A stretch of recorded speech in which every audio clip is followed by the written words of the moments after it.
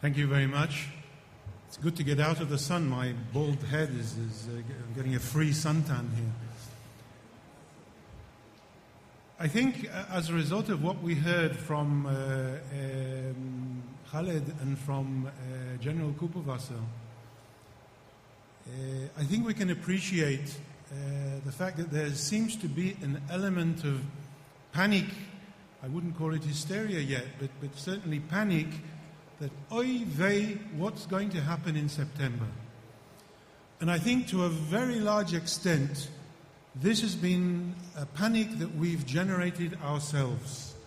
And I think Abu Mazen and Saib Arikat and their colleagues are probably sitting in their office in Ramallah, wringing their hands and smiling and saying, we don't need to do anything else because the Israelis and the Jewish communities of the world have gone into this huge panic, and September, oy vey, what's going to happen in September? And I think references by senior Israeli politicians to a political tsunami, a political tidal wave that's going to come upon us in September, whether they're said out of some type of internal Israeli political intention or just by the way, I think they've added to this element of induced hysteria that really has no basis. In 1988, the Palestinians, Yasser Arafat, brought a resolution to the General Assembly of the United Nations acknowledging the establishment of a state, of a Palestinian state. This resolution was carried by a majority of countries, and about 108 countries actually followed up and declared their recognition of the Palestinian state. But nothing happened after that. Like any other resolution of the General Assembly, it has no mandatory value. It's purely a recommendation, and it can't oblige the countries of the world to accept a state, a Palestinian state, as a member of the UN.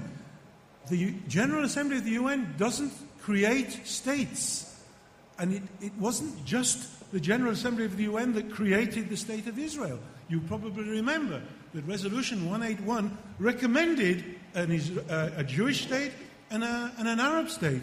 And following on from that, as a result of many other circumstances, the State of Israel was established. But the General Assembly doesn't have this power legally or politically.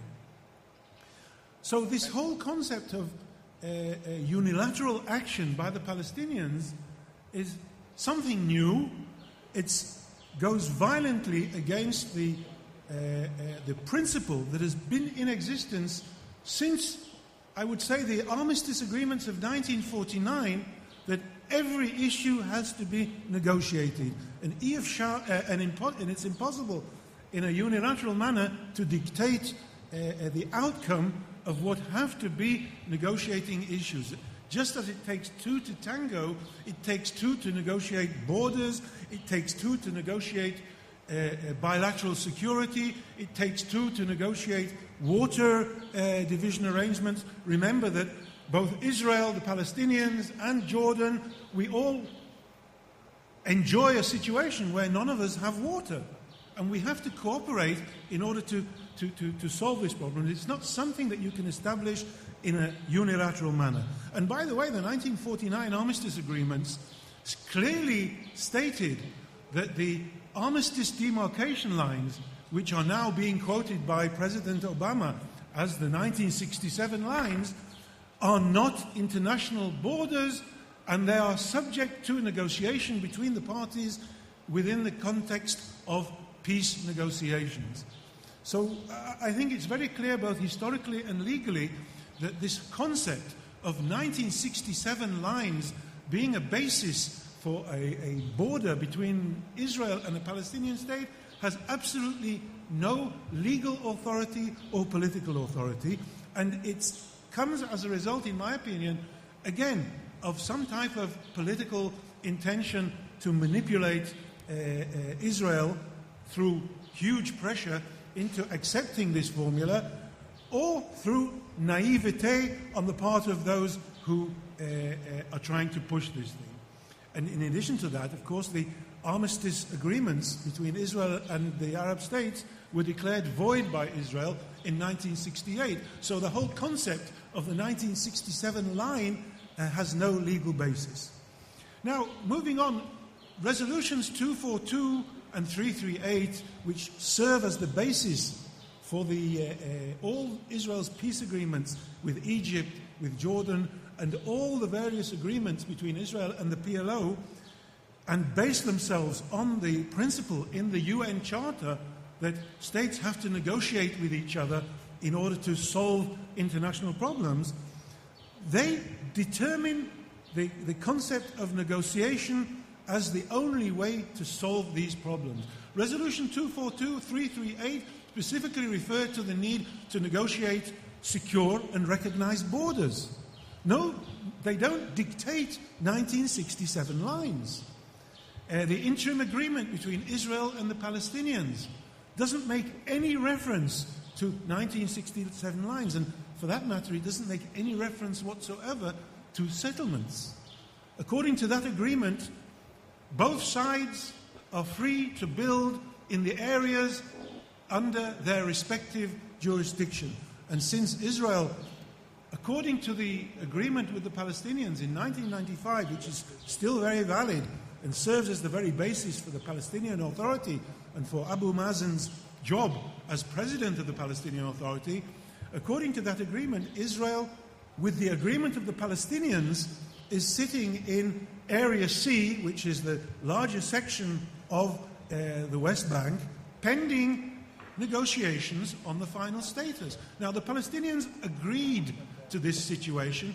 Therefore, nobody can claim that Israel is still in the status of an occupant, a belligerent occupant. We have agreement with the Palestinians that was approved by the various Palestinian bodies that Israel sits in the West Bank in Area C and has the powers and responsibilities to do what it considers necessary, and there's absolutely no limitation. And there's nothing in the interim agreement that prevents Israel from establishing settlements, because it's also agreed that the issue of settlements is a main negotiating issue in the final status negotiations. Now, the Palestinians are fully aware of this. Saeb Erekat negotiated it together with me and others, and it's very clear that what they're doing now, by taking this whole issue to the United Nations, trying to unilaterally dictate a border and trying to, and in fact having succeeded in establishing in the international community that settlements are something that are illegal, is completely outside the commitments made by the Palestinians in the negotiating process. But they've succeeded in achieving this aim.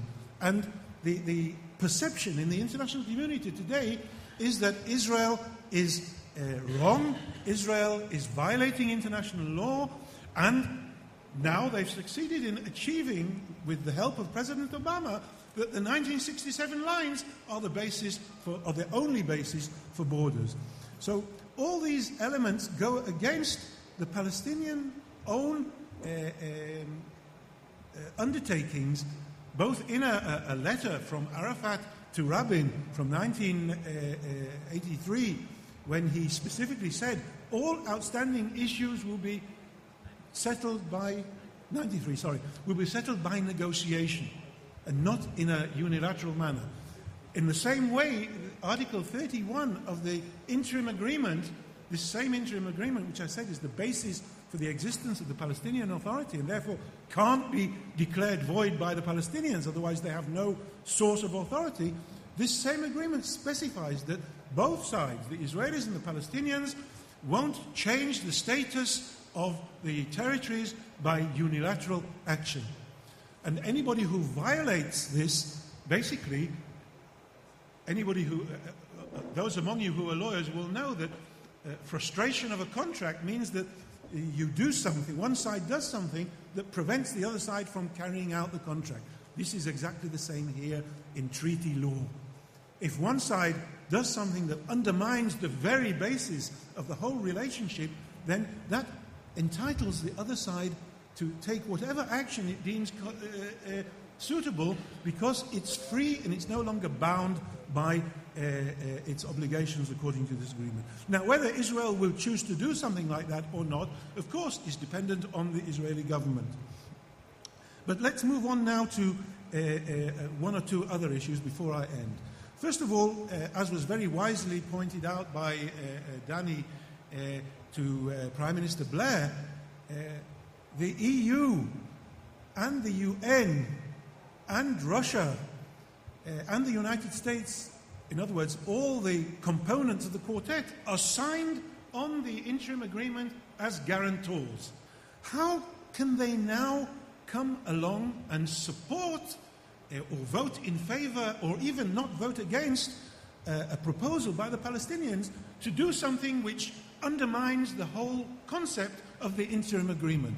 I don't think that they're capable of doing it, but there again, nowadays in modern-day politics, perhaps I'm naive rather than they being naive. So basically we have a General Assembly resolution which won't be mandatory. It won't turn the Palestinians into a state. In order to become a state, they have to prove that they have the capability of governance in of their population. And as has been pointed out by one of the previous speakers, they don't control a large element of their population. They also have to prove capability of carrying out international obligations. And here I come to something very interesting. Fuad referred to this so-called reconciliation between Fatah and Hamas. Now, if this is a genuine reconciliation, which so far it isn't, because there's no signed agreement and there's no clear indication what it is, then Hamas are holding an Israeli hostage, which is a violation of the most basic norms of international law and international practice. If Hamas and Fatah become the new Palestinian Authority, subject to the commitments and obligations that the Palestinians have taken upon themselves in the various agreements and pursuant to the various resolutions, then it's inconceivable that this organization will then come to the United Nations and ask for recognition as a democratic, proper state when they're officially holding an official hostage in violation of all international norms. So in the 1 minute that I have left, the question is, what can be done? So first of all, I say, first and foremost, I think all of us have to influence any government that we can influence to take into consideration this point that no Palestinian joint governing entity can come to the United Nations as long as they're holding a hostage in violation of all norms of international law and practice. Secondly, it's vitally important to approach all governments, or as many governments as possible, in order to persuade them that they're being utilized, they're being misused, they're being abused by a political exercise by the Palestinians that isn't going to achieve anything because it bypasses a negotiating process that has been supported and initiated by the international community. And most important, in our hasbara, in our explanations, in our reasoning, we shouldn't have to apologize, we shouldn't have to be apologetic. We have basic rights, as have been explained. We shouldn't be embarrassed or afraid to put forward these rights.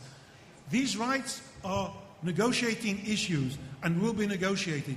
Nobody should be allowed to come to the international community and dictate the outcome of these negotiations before we actually get to these negotiations. Thank you very much.